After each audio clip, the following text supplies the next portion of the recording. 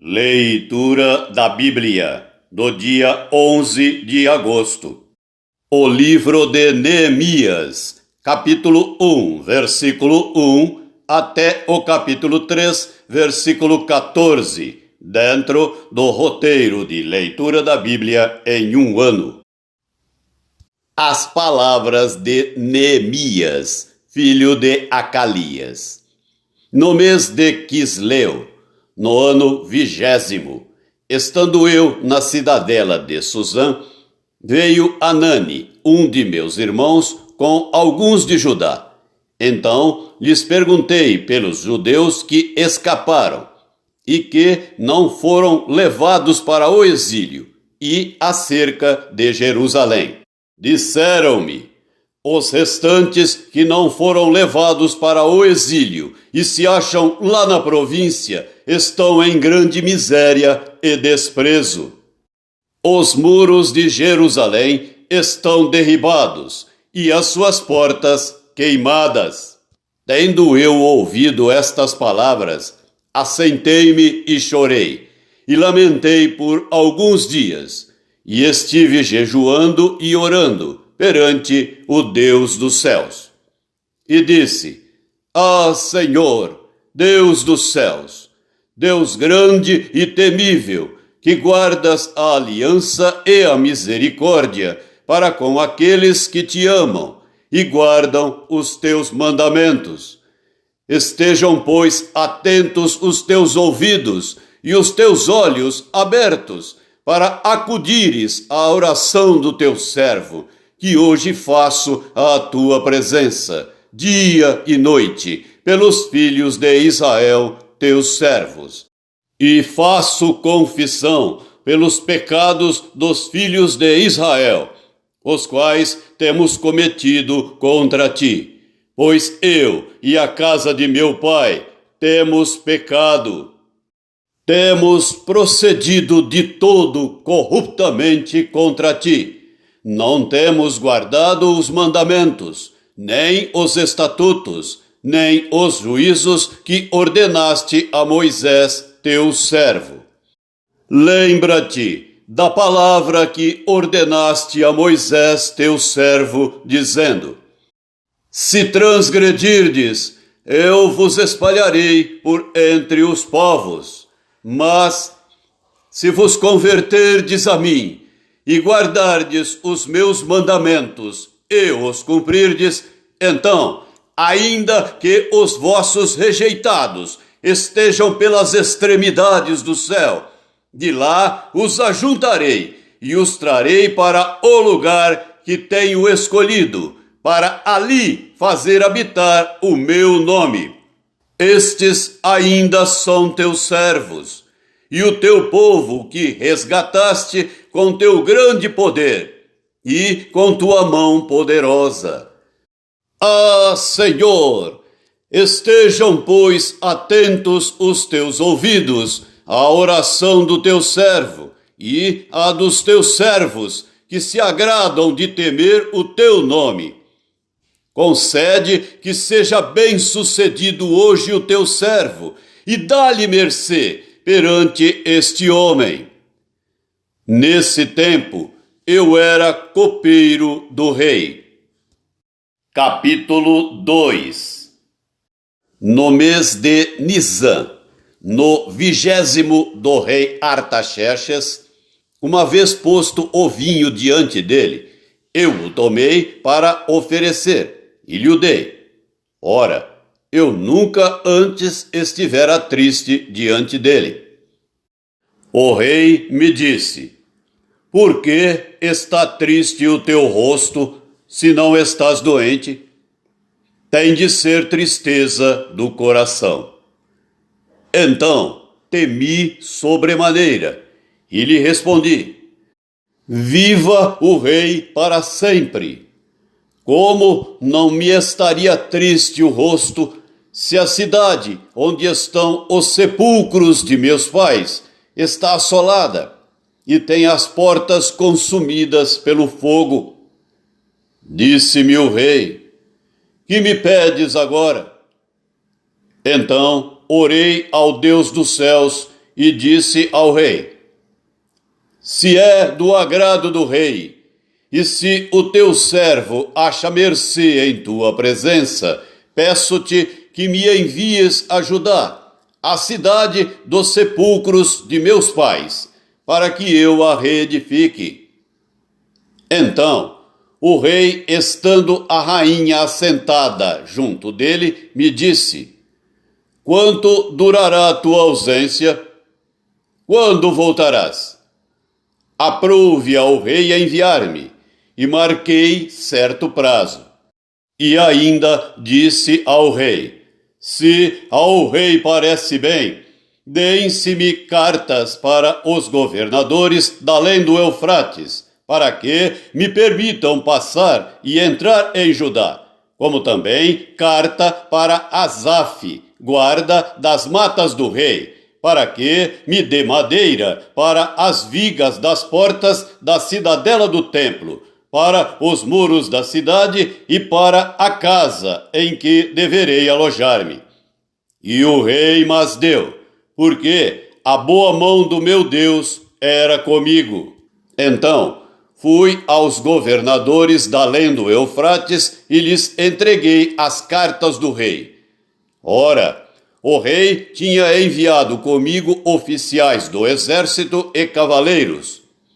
Disto ficaram sabendo Sambalate, o Horonita, e Tobias, o servo amonita, e muito lhes desagradou que alguém viesse a procurar o bem dos filhos de Israel.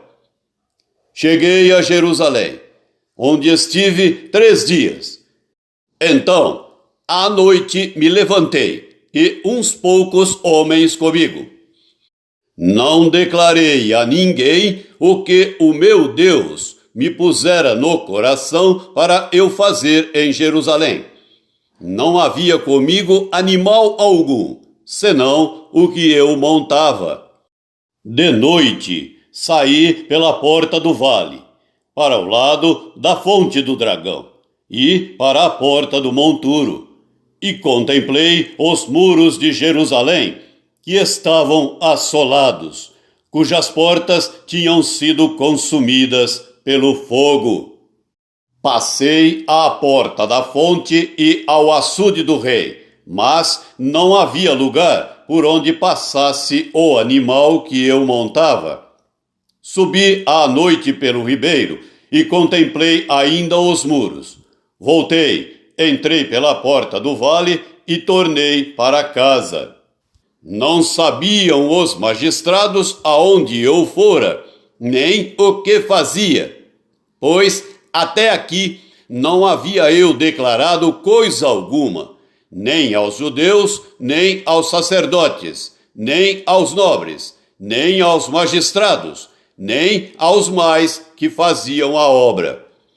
Então lhes disse: Estais vendo a miséria em que estamos, Jerusalém assolada, e as suas portas queimadas. Vinde, pois, reedifiquemos os muros de Jerusalém e deixemos de ser opróbrio. E lhes declarei como a boa mão do meu Deus estivera comigo, e também as palavras que o rei me falara. Então disseram: Disponhamo-nos e edifiquemos. E fortaleceram as mãos para a boa obra.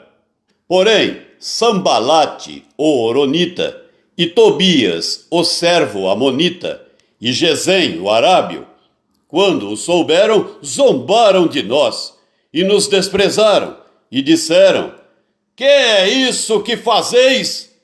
Quereis rebelar-vos contra o rei? Então lhes respondi: O Deus dos céus é quem nos dará bom êxito. Nós, seus servos, nos disporemos e reedificaremos. Vós, todavia, não tendes parte, nem direito, nem memorial em Jerusalém.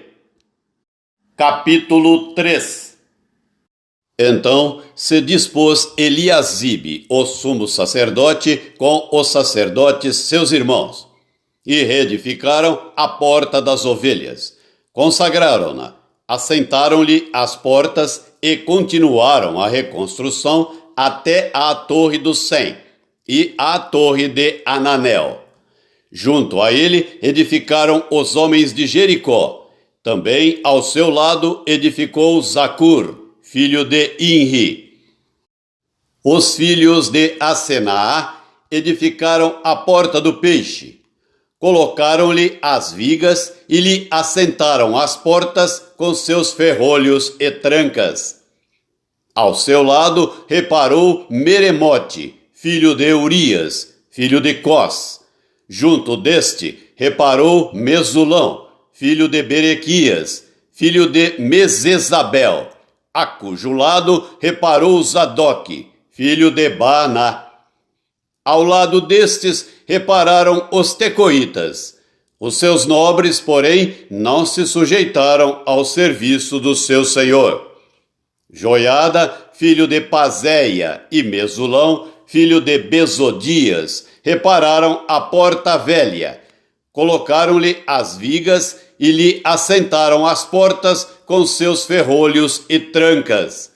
Junto deles trabalharam Melatias, gibeonita, e Jadão, meronotita, homens de Gibeão e de Mispa, que pertenciam ao domínio do governador de além do Eufrates. Ao seu lado reparou Uziel, filho de Araías, um dos ourives. Junto dele, Ananias, um dos perfumistas, e restauraram Jerusalém até ao Muro Largo. Junto a estes trabalhou Refaías, filho de Ur, maioral da metade de Jerusalém.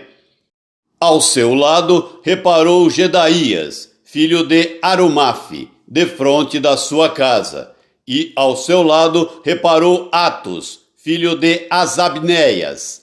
A outra parte reparou Malquias, filho de Arim, e Assub, filho de Paate-Moabe, como também a Torre dos Fornos. Ao lado dele reparou Salum, filho de Aloés, maioral da outra meia parte de Jerusalém, ele e suas filhas. A porta do vale reparou-a Anum e os moradores de Zanoa. Edificaram-na e lhe assentaram as portas com seus ferrolhos e trancas, e ainda 1000 côvados da muralha, até à porta do monturo. A porta do monturo reparou-a Malquias, filho de Recabe, maioral do distrito de Bet-Aquerem. Ele a edificou e lhe assentou as portas com seus ferrolhos e trancas. A primeira carta do apóstolo Paulo aos Coríntios, capítulo 7, do versículo 1 até o versículo 24. Quanto ao que me escrevestes, é bom que o homem não toque em mulher, mas, por causa da impureza, cada um tenha a sua própria esposa, e cada uma o seu próprio marido. O marido conceda à esposa o que lhe é devido, e também, semelhantemente, a esposa ao seu marido. A mulher não tem poder sobre o seu próprio corpo, e sim o marido. E também, semelhantemente, o marido não tem poder sobre o seu próprio corpo, e sim a mulher. Não vos priveis um ao outro, salvo, talvez, por mútuo consentimento, por algum tempo, para vos dedicardes à oração, e novamente vos ajuntardes, para que Satanás não vos tente, por causa da incontinência. E isto vos digo como concessão, e não por mandamento. Quero que todos os homens sejam tais como também eu sou. No entanto, cada um tem de Deus o seu próprio dom. Um, na verdade, de um modo, outro de outro. E aos solteiros e viúvos digo que lhes seria bom se permanecessem no estado em que também eu vivo. Caso, porém, não se dominem, que se casem, porque é melhor casar do que viver abrasado. Ora, aos casados ordeno não eu, mas o Senhor, que a mulher não se separe do marido. Se, porém, ela vier a separar-se, que não se case, ou que se reconcilie com seu marido, e que o marido não se aparte de sua mulher. Aos mais digo eu, não o Senhor. Se algum irmão tem mulher incrédula, e esta consente em morar com ele, não a abandone. E a mulher que tem marido incrédulo, e este consente em viver com ela, não deixe o marido. Porque o marido incrédulo é santificado no convívio da esposa, e a esposa incrédula é santificada no convívio do marido crente. Doutra sorte, os vossos filhos seriam impuros. Porém, agora são santos. Mas se o descrente quiser apartar-se, que se aparte. Em tais casos, não fica sujeito à servidão, nem o irmão, nem a irmã. Deus vos tem chamado à paz. Pois, como sabes, ó mulher, se salvarás teu marido? Ou como sabes, ó marido, se salvarás tua mulher? Ande cada um segundo o Senhor lhe tem distribuído, cada um conforme Deus o tem chamado. É assim que ordeno em todas as igrejas. Foi alguém chamado estando circunciso? Não desfaça a circuncisão. Foi alguém chamado estando incircunciso? Não se faça circuncidar. A circuncisão em si não é nada. A incircuncisão também nada é. Mas o que vale é guardar as ordenanças de Deus.